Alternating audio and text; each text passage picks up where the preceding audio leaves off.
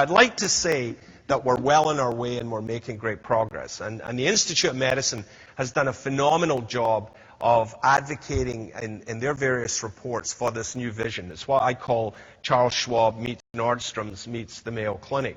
In other words, the kind of e-enablement of a Charles Schwab with the customer patient centricity of a Nordstrom's and the team-based, evidence-based, organized, integrated, salaried care of a Mayo Clinic.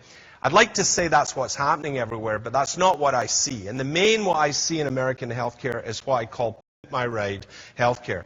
Now, if you do not have teenagers, you will have no clue what I'm talking about. So let me just take a moment. Now, my kids are both in college. Actually, they're both graduating in a month, which is brilliant.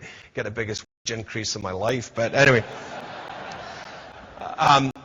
So when they were in high school, I watched a lot of MTV. Otherwise, I had nothing to talk to them about, basically. And I got hooked on the show. And it is the single best show on television. I mean, if you're not watching Pimp My Ride, you are missing a life-altering experience.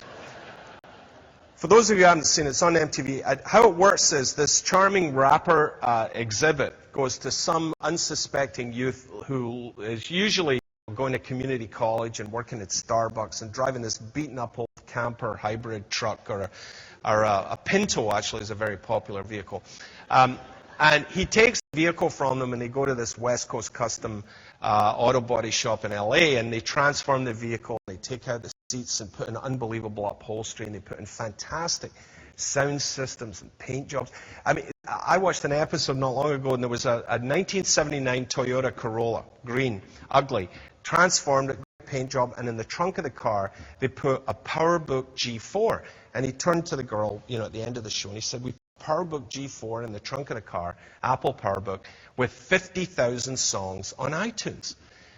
She was just delirious. And he said, "If that's not enough, we put 6 terabytes of storage in the trunk of the car, so you can have 2 million songs." Have you any idea how long it would take you to listen to 2 million songs? I did the math. 11 years, 3 months, sitting in the car, listening to goddamn rap music, okay?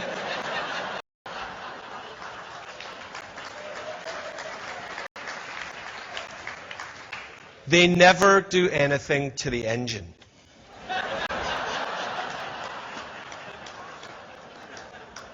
So that troubled me, okay? So I'm watching this one night, and I said, you know what? This is a perfect metaphor for American healthcare. What do? We take a really bad chassis, okay? I mean, with all due respect, medicine is a 100-year-old organizational form.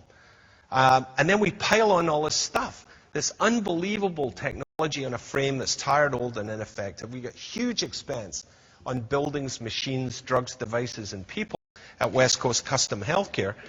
And the people who own the rides are deliriously happy because they didn't pay for it in a world of catastrophic coverage. Once you have a ride through an MRI at Stanford, you're over your deductible.